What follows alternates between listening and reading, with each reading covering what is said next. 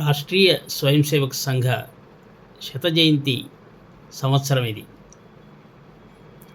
దేశవ్యాప్తంగా దేశభక్తి, క్రమశిక్షణ, అనుశాసనం కలిగినటువంటి సంస్థ రాష్ట్రీయ స్వయం Sevak Sangh RSS. Ready for selfless service అని కూడా అంటూ ఉంటారు. ఈ సంస్థ 1925లో ప్రారంభమైంది. డాక్టర్ కేశవ్ బలిరామ్ హెడ్గేవార్ ఆయన ఈ సంస్థని ప్రారంభం చేశారు. కేవలం 17 మంది సభ్యులతో ఈ సంస్థ ప్రారంభమైంది. ఒక ఇంట్లో, అంటే వారి ఇంట్లో, డాక్టర్జీ వారి ఇంట్లో ఈ 17 మంది పేర్లు రాయబడి ఉన్నాయి. వారి యొక్క ఇల్లు ఇప్పుడు ఒక స్మారకమైంది. ఆ స్మారకంలో మొట్టమొదటి శాఖకి, అంటే ఆ శాఖ గురించి లేకపోతే సంఘం గురించి ప్రారంభానికి సంబంధించినటువంటి ఆ సమావేశానికి ఎవరెవరు వచ్చారు అనేది 17 మంది పేర్లు రాయబడి ఉన్నాయి. ఆయన ముందుగానే రాష్ట్రీయ స్వయంసేవక సంఘాన్ని బోర్డు పెట్టాల. 17 మందిని కూర్చోబెట్టుకుని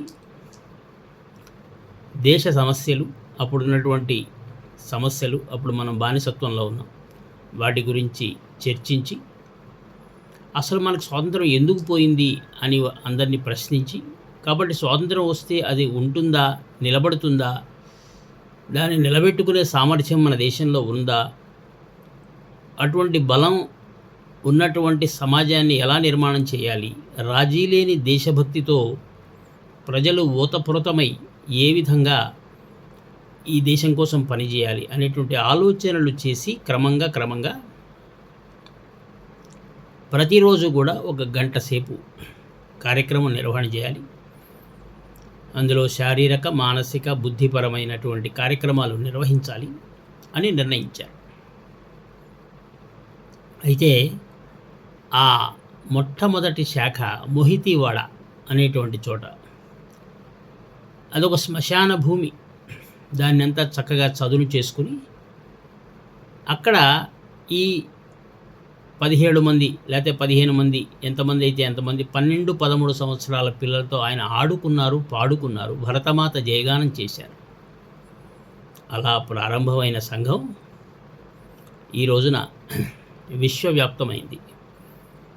38 దేశాలలో కూడా సంఘ శాఖలు ఉన్నాయి. దేశవ్యాప్తంగా 80,000 గ్రామాలలో సంఘ శాఖలు ఉన్నాయి. సుమారు 4.5 లక్షల 5 లక్షల గ్రామాలకి సంఘము విస్తరించి. ముఖ్యంగా 3 కారణాలు సంఘ ప్రారంభానికి. మొదటిది, నేను ఒక్కడినే కాదు, నా వెనక కోట్లాది హిందూ సమాజం ఉంది, కాబట్టి నా వెనక కోట్లాది హిందూ సమాజం ఉంది అనే విశ్వాసాన్ని హిందువుల్లో కలిగించాలి. అటువంటి సమాజం నిర్మాణం కోసం, అటువంటి విశ్వాసాన్ని కలిగించడం కోసం హిందూ సంఘటన చేయాలి. సంఘటన అంటే కలిపి ఉంచడం. అందుకోసం శాఖ. ఇది మొదటి కారణం. రెండవ కారణం, దేశం పని ఎవరు చేయాలి, సమాజం పని ఎవరు చేయాలి అంటే ఎవరో వస్తారు ఏదో చేస్తారు అని కాకుండా, ఎవరో పెద్దవాళ్ళు రావాలి అని కాకుండా, ప్రతి సామాన్యుడు సమాజం గురించి ఆలోచించాలి. ప్రతి ఇంటిలోని ఉన్నటువంటి దేశంలో ప్రతి ఇంటి నుంచి సామాన్యుడు వచ్చి అతను ఒక రాష్ట్రీయ వీరుడుగా తయారు కావాలి. ఆ గంట సేపు శాఖా కార్యక్రమం ద్వారా అతను ఒక రాష్ట్రీయ వీరుడిగా తయారు కావాలి. ఇది రెండవ కారణం.